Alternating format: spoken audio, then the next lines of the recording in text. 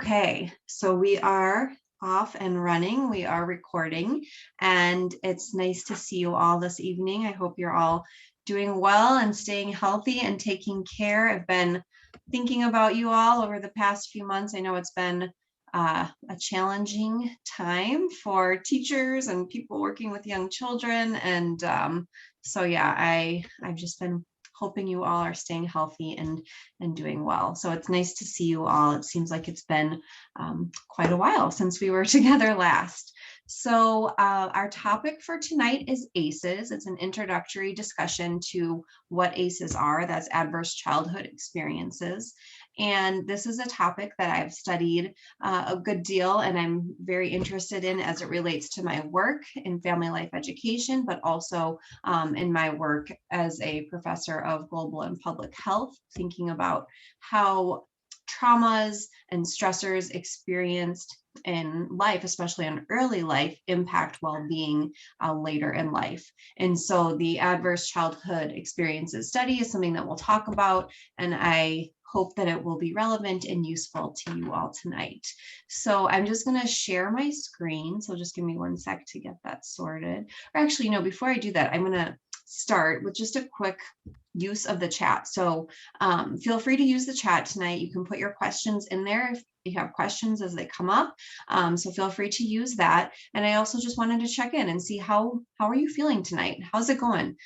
Just a word or two is perfect, using the chat just to kind of check in and focus and check in with yourself. So put that in the chat now, please.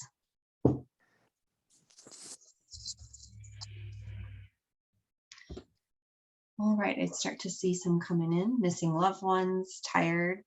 Yeah, I'm feeling tired too. Kind of a long week. But the snow, hopefully that'll brighten things up maybe a little bit. Feeling depleted. Okay, tired, definitely depleted. Oh, 100th day of school. That's fun. Okay. Yeah, well, a lot of tireds. Hopeful. Okay. That is good to hear. All right. Peaceful. That's nice. So thank you for doing that. And thank you for being here and giving us your attention tonight and your focus. I know it's a challenge, but I'm hoping that this will be an hour that will be useful and hopefully pass quickly for you. So thank you for your attention. So I want to do a quick poll, and this is just to kind of gauge your experience with ACEs. So if you could just take a moment to answer the question here.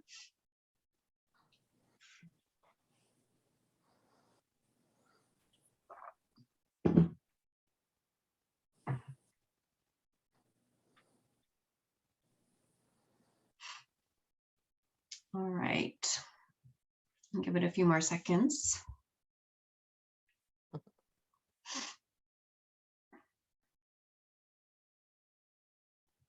Okay, so we're almost at 90% participation here.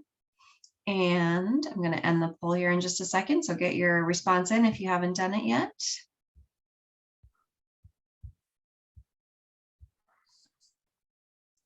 All right, so we've got 68% of people saying they haven't heard of it before, 31% saying they've heard of it but not spent much time with it, 3% saying they've done a good amount of time learning about it, 0% saying that they are an expert. So I'll share the results here. Can you all see that? Okay, so that's good. We've got mix of expertise and knowledge on this. So please, as always, feel free to chime in and to share and to bring in other ideas and knowledge that you have. All right, so with that, I'm going to share my screen with my presentation.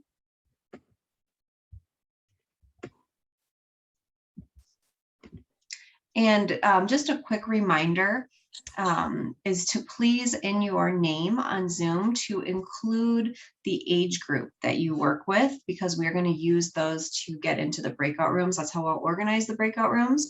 So if you include the age of children that you work with, so infant, toddler, preschool, or pre-K, and just put that in your name on Zoom, we appreciate that.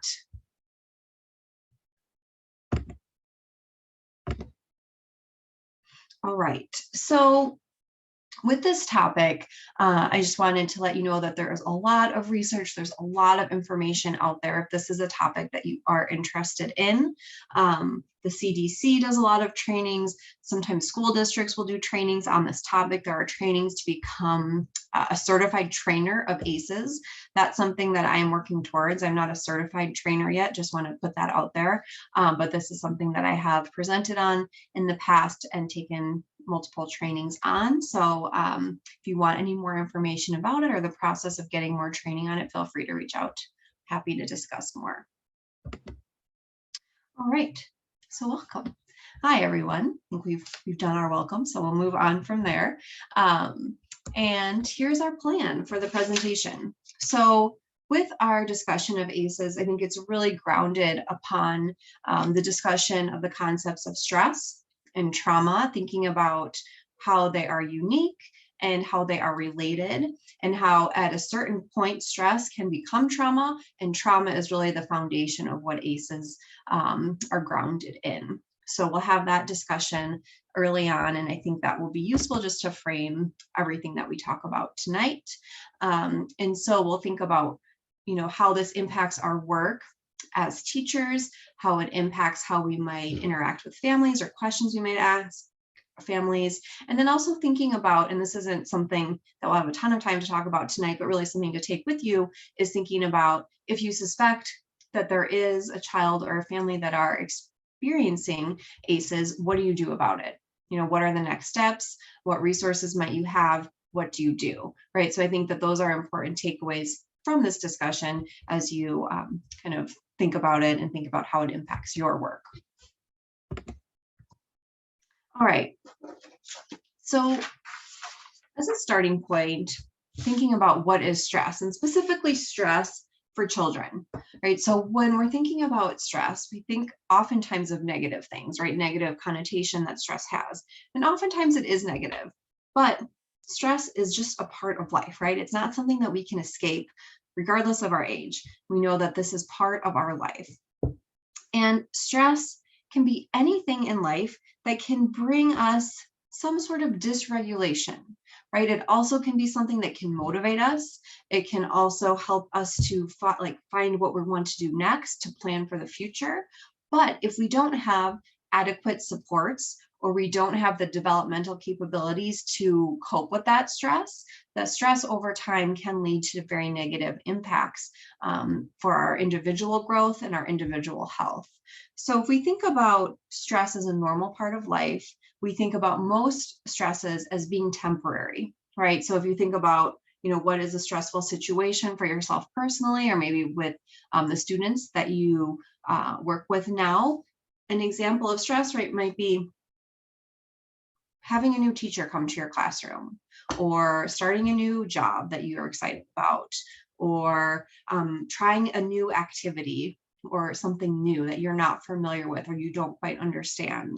And this is especially true, right, for children who may not understand a lot of things, and lots of things are new to them over time. And so we think about how that impacts our body, right? So we're thinking about stress. This is the effect on the body, because how I experience stress and how you experience stress, or how, two different children in your class experience the same stress might be quite different, right? Because it impacts everyone in a unique way based on the individual characteristics and the history that that person has. And so when we think about positive stress, we think about it as something that we can cope with, or a child can cope with very little support. Limited support is necessary from adults because the child can deal with it. Even if it's challenging in the moment, say trying a new sport may be really hard, and maybe it's stressful for the child. Maybe meeting a new person is challenging and hard and scary, but it's something that, if the child is well regulated, and they can probably handle it, right? And so we can think about that as a positive stress. And these kinds of stresses come and go, right? So it's something that maybe that impacts you for that afternoon or for that hour, but then you recover, and it maybe is something that actually is a good thing for you, and you come back to it and it's easier the next time. And then you think about tolerable stress. And this is stress that is more challenging to deal with. And this would be true for children and for adults. If we think about the example of losing a loved one, losing a friend, losing a pet, right? Something that is hard to deal with, or maybe your family has moved and you don't want to be moving, right? These are stresses that are definitely challenging, and they still are limited in time, but that time may be longer, right? It may not be an afternoon, it may be several weeks that you are really dealing with that on an everyday basis. But for children, these stresses are often manageable if the child is well regulated and has the support of loving adults around them, teachers, family members, family, friends, etc. And so over time, they can adapt, right? Say with the example of moving, right? It's very hard, but over time, the child can adapt. And with that adaptation, those new mechanisms, coping mechanisms and strategies are developed, and the child usually becomes stronger then in the long run and more able to deal with different things that come their way that they may not want to deal with. But we know that's part of life, right? So that's an important skill to develop. And so then we think about toxic stress. And toxic stress, or sometimes called chronic stress, is something that's in a somewhat of a different category, because this is prolonged over time in terms of how it impacts the body specifically, and it impacts brain development in young children, especially. Really, when we're talking about children in this example of ACEs, we're talking between 0 and 17 years old. So it's a very long time frame. But we know, right, between the ages of 0 to 3 or 0 to 5 is the key developmental stage, especially for brain development. And if something is lost during that time frame, you're not going to make it up later in life, right? Some of those things just can never be gained back. And we can see that with toxic stress. Because of the body's response to stress, hormonal changes, brain development may be really halted in certain areas, or coping mechanisms are developed that may not be healthy in the long run, but become the way that the child interacts with the world. And if we're thinking about this in terms of public health, we're thinking about this in terms of ACEs, this can lead to long-term health consequences. So we're thinking about this in terms of toxic stress, right? Long periods of experienced stress. So thinking about neglect, abuse, someone in a family having mental illness that's not treated, substance abuse, someone in the family is in jail, poverty, all of these things can lead to toxic stress. Not saying that they always do, but they often do. And so these can lead to really challenging things for the body to cope with over the long term, in terms of the way your body then reacts to the world.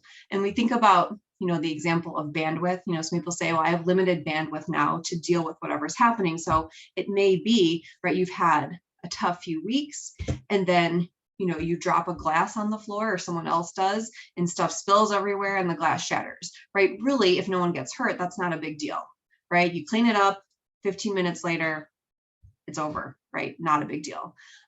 But if you have this heightened sense of stress within the body and stress response within the body, that's when you start to see the inability to cope with these things that are normal part of life. And so that broken glass and spilled, milk or whatever it is becomes a major episode that can create even more stress, because there's a limited ability to deal with the world around them.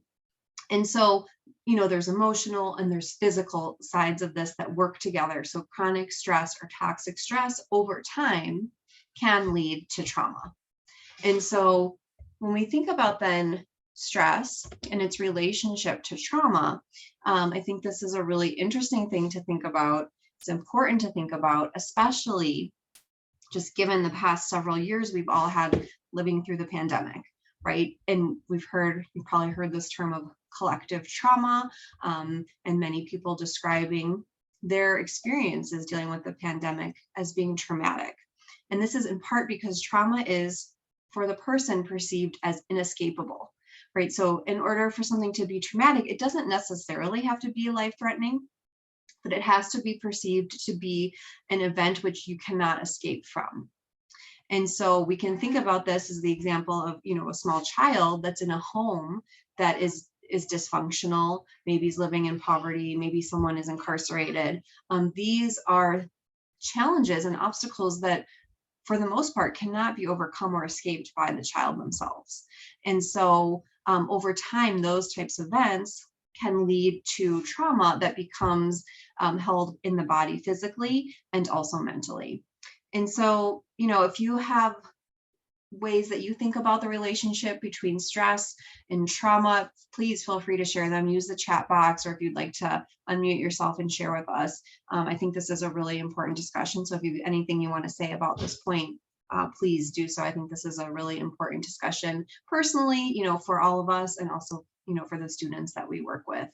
And this quote here I like because it really demonstrates that there are complex aspects of trauma, and it can dysregulate us, adults and children. Feeling of inescapable dysregulation, inability to cope with everyday circumstances.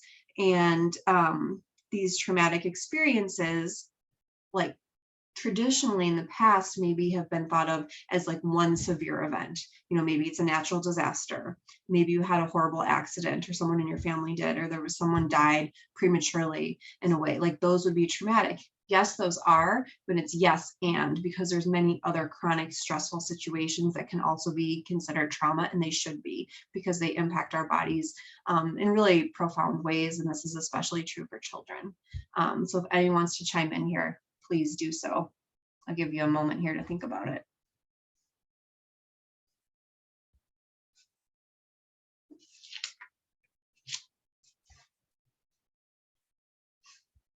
No, okay, I know it's a heavy topic, so thank you for bearing with me here. I do see there's something in the chat, too traumatized to talk. Okay, yeah, so take care of yourselves, do what you need to do to protect yourself this evening, because this is an important topic. It's also a hard topic, so yeah, you just need to keep that in mind. As adults, we often think about trauma that we experience would lead to like the flight, the fight, or the freeze type of response. And that is quite common in adults. And we'll spend a little bit of time later talking about what that might look like in children, what their responses to traumatic situations would be.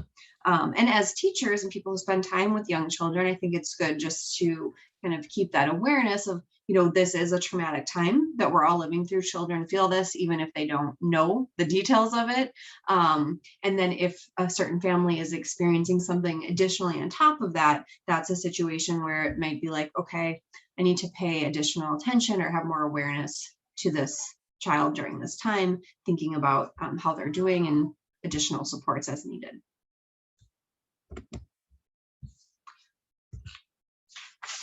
Okay, so this brings us to ACEs and what ACEs are.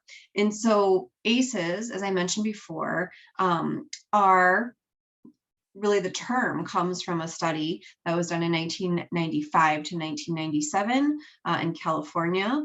And it was a partnership with Kaiser and the CDC.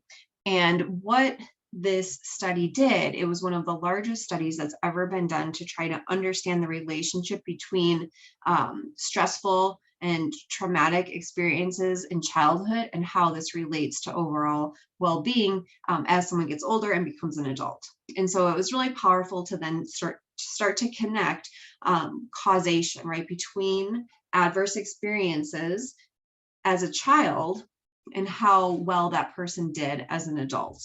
And so again, there's tons of information out there if you're interested to learn more. The CDC has tons of interesting information. Their data set's not available publicly, but there's a lot written about it. So there's a lot to explore there.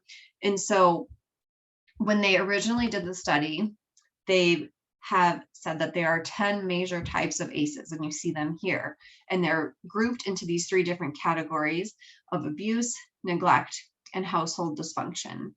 And with household dysfunction especially, I feel that there should be another category here of poverty, because when in the study of global health and public health, poverty is the greatest marker for ill health across the board. It doesn't matter if we're talking about what's happening in Minneapolis or if we're talking about what's happening halfway across the world, right? Poverty is the greatest marker for ill health, period.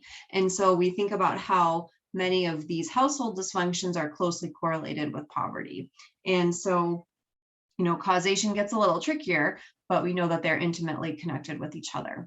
And so these types of adverse childhood experiences, we can think about back to the discussion of stress and to trauma, how these experiences negatively impact children.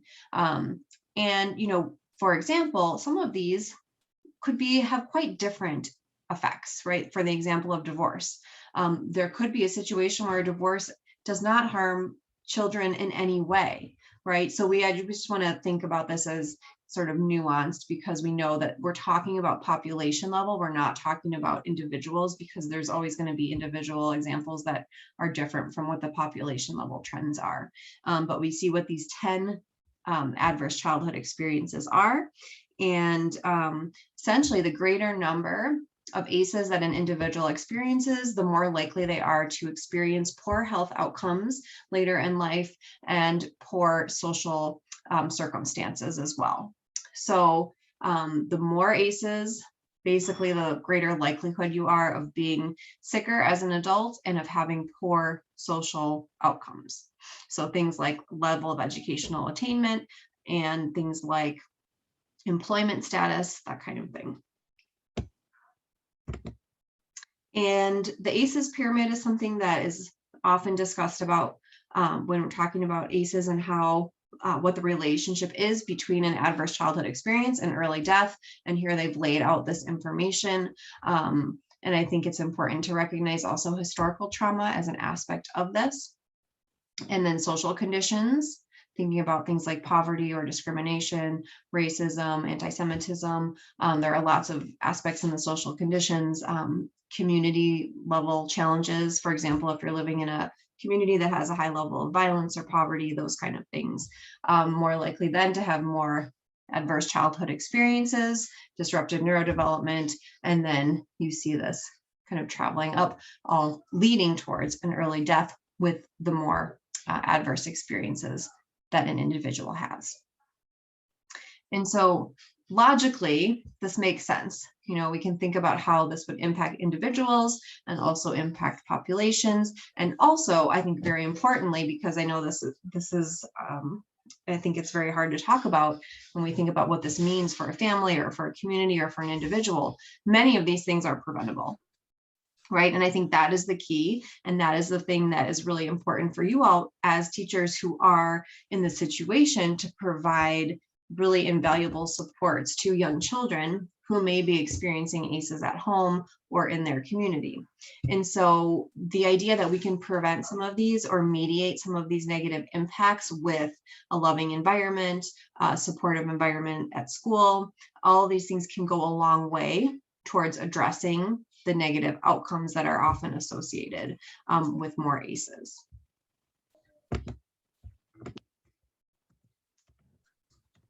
So here's just an example where we can see how if a child has experienced ACEs, they may have developmental delays. It's hard for them to do well in school, potentially. And over time, this may lead to some sort of disciplinary action within the school setting, like being expelled or suspended. As the child gets older, this can lead to more severe consequences for education, like dropping out of school, having things like depression and anxiety, some mental health challenges, which become hard to get the supports for if you're already, struggling just to kind of get by. Maybe an early engagement in sexual activity, access in drugs and alcohol, potentially violent activity. So then we can see how, as an adult, that person would then transition into and develop into potentially these negative consequences, which would make it very hard for them to live a healthy and full life. And so I think having this discussion and thinking about the backdrop of racism and discrimination that we see in our own cities and we see really across the nation and across the world is just an important thing to keep in mind. So positive childhood experiences that can counteract ACEs that Julie put in the chat. Yes. So the idea is that there are preventative measures or certain types of supports that can be offered to children, especially it's oftentimes in like a community education or school setting that can really have a positive impact in counteracting some of the negative consequences to stress and toxic stress and trauma that children do experience. So I think that's why it is hopeful, because we know that despite the challenges that many children face, there are remedies that can really ameliorate that or prevent things in the future. And so I think that is really an important thing to keep in mind. And a discussion that I was having, I forget, it was another call, I think, with a community education program, is really shifting the discussion from like, what did this child do, or what's wrong with this child, which I guess oftentimes is how discussions begin in many schools, and thinking about what happened to this child, right? What happened to them? Because I think with this discussion of ACEs, it's thinking about what are the backdrops, what has happened prior that the child has come to us like this, right? So what has happened? And I think that that's a really powerful question to ask. And so thinking about how common ACEs are, they're very common. So 61% of adults have experienced at least one ACE as a child. This is data from 2011 to 2014. And some more recent data that I've found shows today that 40% of children experience 2 ACEs. So we know that whatever the specific number is, we know that most people have some experience personally with ACEs. And we can see how this number, the number of ACEs an individual experience, can go up significantly depending on sort of the context that they're living in. And so I think the idea that we can understand that there are many potential challenges that children do face, whether or not we've personally experienced all of them, we can understand the negative consequences of them, especially early in life. And so thinking about, what are some of these impacts? The basic idea that ACEs impact brain development and the way that our brain develops at a very young age, and those gains or those losses can't be gained back. I know 0 to 3 is a really great organization. They have a ton of information about health and brain development of young children between the ages of 0 to 3. And there's lots of detail there about exactly why this is so damaging from that sort of that neuro perspective, because there's a lot of really interesting information there also about hormones and how brain development impacts the health of the rest of the body. And so when we think about the impact of ACEs overall as an adult, right, we see these consequences here. Things like mental illness, depression, anxiety, those are front and center, and again, have been stigmatized for many, many years. We know that on average, Americans wait 10 years to get the necessary mental health care that they need, in part because of the stigma that exists, and also because of the challenges of paying for such healthcare that really is a human right, but is very expensive. And so we know that stigma, and then also the inability to access the necessary care in many places, can be a real challenge. And so with this kind of large collection of negative health impacts, I think it really brings us to the point where we have to say, if we can prevent these ACEs, what would our public health situation look like in the United States? It would look much different, right? And this would be the same really for any nation that can start to really address the ACEs early on in life, with things like social supports, more funding for education and childcare, access to culturally appropriate and high quality healthcare. All of these things would go, I think, a very long way to reducing a lot of these negative health outcomes we're seeing. Things like the rise of diabetes, type 2 diabetes especially, is something that is oftentimes connected to being overweight. And we know being overweight is now oftentimes most connected with living in poverty, which is a change that we've seen over the past 20, 30 years in the United States and many other economically sort of advanced economies. And so there's lots to unpack here with just this idea that there's something we can do on the front end that would be a lot less expensive and really address some of these things. And so the role that you all play as teachers and working with families, I think really is a powerful position to be in, to try to support families in this way and connect them to resources, because these resources, they're out there, but it's hard to access them if you don't really know where they are or how you can get them or who to talk to. And then last thing before we go into our questions or our breakout rooms is thinking specifically about the impact of ACEs on education. And so kind of going back to what I was just talking about is that students that experience more ACEs are more likely to fail a grade. They're more likely to not meet grade standards. They're more likely to be expelled from school. Students with 4 or more ACEs are 32 times more likely to have a behavioral problem. I mean, some of this stuff is pretty staggering to think about, but again, it's logical, right? It makes sense that students that are experiencing these challenges would have these consequences. And so the idea that there are positive things that we can do to counteract them, specifically when we're talking about education, there's research here on this topic of when children who have been impacted by ACEs early in life, when they enter a positive, safe learning environment that will keep them in the classroom and really focus on developing their social and academic skills, they will live healthier lives as adults. So this is an effective long-term solution to many of the challenges that people are facing at a young age. So this will really affect many generations, right? So having this positive intervention when children are young with this safe and supportive learning environment can not only impact the child, but their families and their communities going forward. So I think that that is a real ray of hope and something to focus on in terms of all the great work that you all do. Okay, so here are the questions that I have, thinking about what might alert you that ACEs are occurring in a family or a child that you're working with. What certain behaviors would alert you in a child that something is going on, and this is age specific. And I know, if you are working with infants, this is a harder question to answer. So you can think about for other children that you might be used to working with, or if you're used to working with their parents.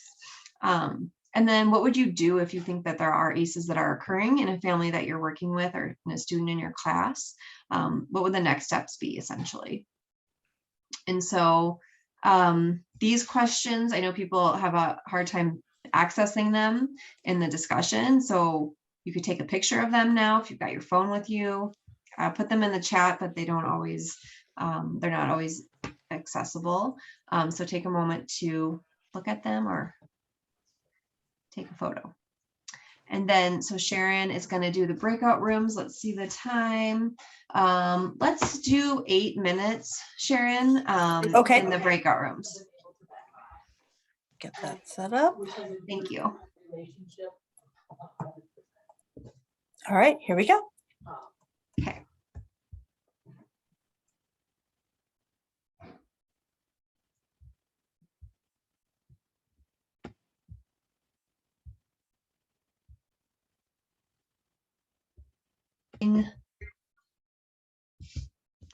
Okay, so I am interested to hear some of what you all discussed in your breakout rooms.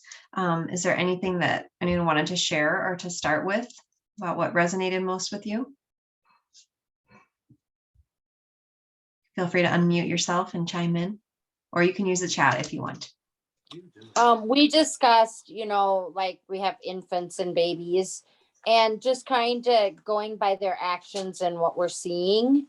And you can also, ask the parents, your child seems a little bit off, or, we're noticing this, or your child's not eating as well. So sometimes the teacher notices something.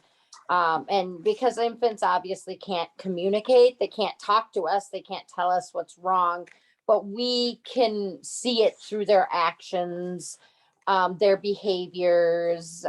We talked about, sometimes you'll notice it with kids that, they don't look as bathed, or, they're lacking in that food or anything, and the parents just don't want to open up. And we also had, the question of who do we contact if we notice something like that? Do we go to the number on our phone that tells us that, there's abuse or something, or do you direct it to your director, to have it taken care of. Yeah, but that's a great question to think about how you would handle it, right? Because at some point, most likely you will experience a situation that may make you think there is something going on. But as you said, Nicole, this idea of expertise and knowledge of the child is a really important foundation for children that are so young that can't express themselves. But yeah, so thinking about what is the protocol in place, who do you talk to, who's the manager, who's the outreach, right? That you might, what would be the first step? And I think that's just an important discussion to have within your own school and your own, culture of your school and your community, so that if you are in that situation, you know what to do and who to reach out to for support. So you're not just holding that yourself, because you don't want to be in that situation. So thank you, Nicole, for sharing that. I see some things coming through the chat about the impact of divorce on children, depending on how it's handled. Quarantine affecting children who need social interaction. Yeah, these are all great examples. Let's see, divorce may be the most common ACE if it's handled in an unhealthy way. Yes. And I think on the flip side of that too, I've heard of recent trends where, especially during the pandemic, where people that are married are not getting divorced because of the severe financial challenges around that and housing challenges around that. So people that maybe ordinarily would get divorced are not, and thinking about the impacts that they might have if they're in an unhealthy relationship, and the impact that has on the children. So yes, thank you all for sharing. Anyone else want to chime in on this discussion or add something else? We talked about inconsistent attendance or really late to drop off or pick up, plus like a variety of caregivers picking up and dropping off, maybe, a different person every time, and a inconsistent routine. Great. Thanks, Susie. Yeah, so that's looking at those cues and kind of knowing the family and seeing those changes over time and changes from the baseline, right, of what might have happened, say, a few months ago or whatever it was. So having that knowledge of the families, yeah, that's great. Thanks for sharing that. Anything else you want to chime in?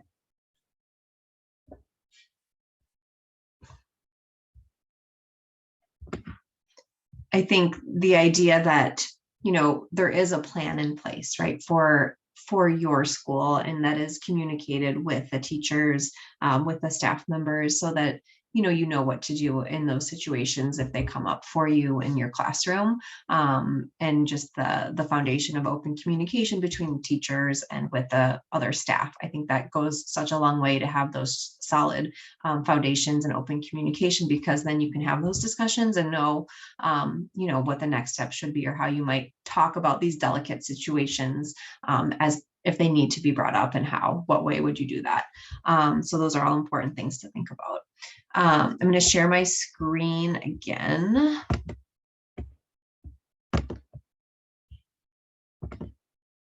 Okay.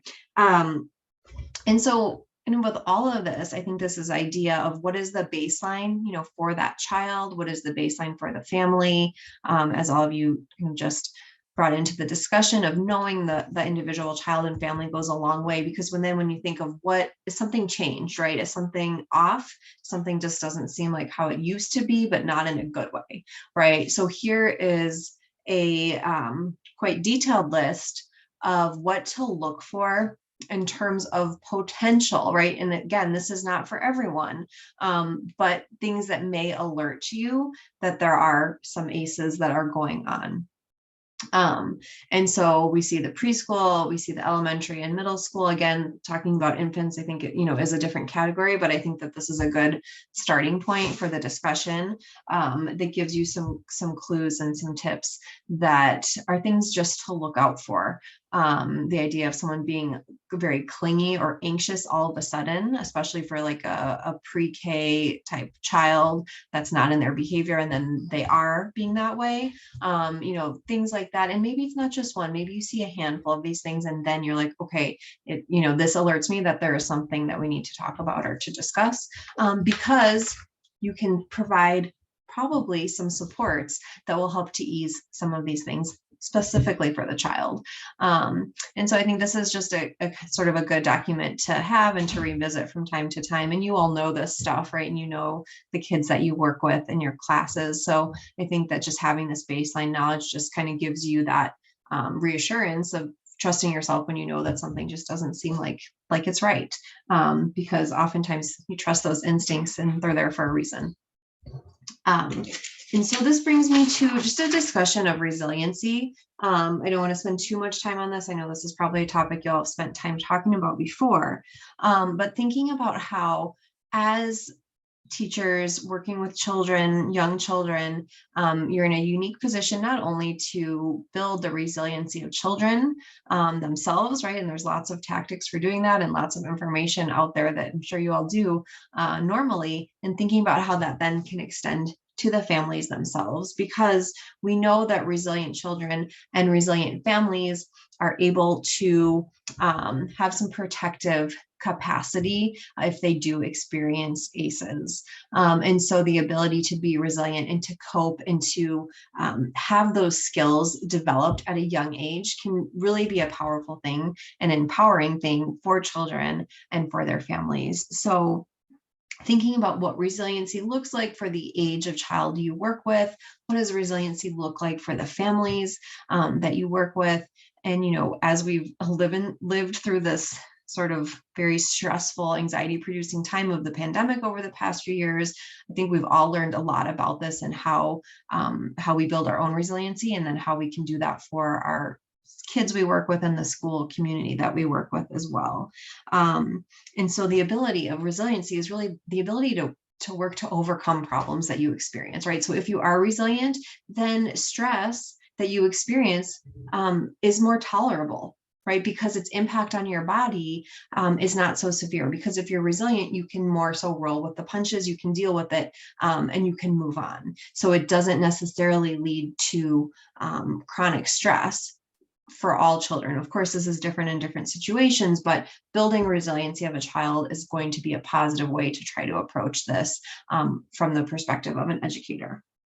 And so resilient families can counter some of the negative impacts. So I think, as Julie mentioned a few minutes ago, this is one of the protective ways that we can try to support families to really have higher tolerance for the chronic stresses that they may experience. And, you know, I think this discussion, as we've, talked about, it's hard, right? This can be hard stuff if we think about our own experiences with trauma and stress, and the people that we work with, right, that have had a hard time or continue to have a hard time for a variety of complex reasons. And as caregivers, as educators, as teachers who care about the family and the people that we work with, this can take a toll on ourselves as well, right? So thinking about just another reminder that self-care goes a long way here, thinking about what you need to really fill yourself up in order to allow yourself to serve the students and the families that you work with as best as you are able to. The idea of self-care as a necessity, self-care is not indulgent, but a requirement. I think that one or two of the good things from the pandemic has been sort of this illumination of the need for self-care and flexibility and ease and care and compassion for ourselves, so that we can be the best we can under challenging circumstances. And so I just like to put another plug in there to say, take the time you need and figure out what it is that fills you up so that you can do the best you can do. Because I know teachers, and so many of us, many parents, grandparents, caregivers are feeling a lot of this stress and burnout potentially now. So thinking about how you can maybe make yourself more resilient and provide yourself some of the things that you need to just, do as best as you can and serve others as best as you can in your role as an educator. So that's my plug for self-care. And if it's just 15 minutes a day, that can be enough. If you have more time, that's great, but do what it is that you need, and be really strategic about it and think thoughtfully about what it is that helps you. And maybe that's just, as I like to say, go sit in a darkened room for 15 minutes. That is fine. That is perfect. So, just my reminder to myself and to all of you, because you're all doing amazing work and important work. So take care of yourselves. And I do have some resources here that there are some examples of self-assessment tools. So you can assess yourself for ACEs to see, just to get a feel for like how it is personally, to think about the ACEs you may have experienced as a child. It's also something that you can share with other people. People can take self-assessment of ACEs. There's a lot of stuff on the CDC website as well, which is linked here. And if you want more information or resources or want to talk more about it, I'm happy to do that. So please reach out.